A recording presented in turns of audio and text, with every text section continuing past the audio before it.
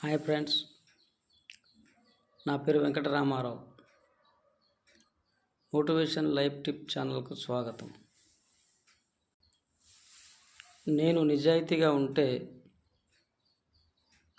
నాకు భయం ఉండదు. ఎవరిని మోసం చేయాల్సిన అవసరం ఉండదు. నా మనసు ప్రశాంతంగా ఉంటుంది.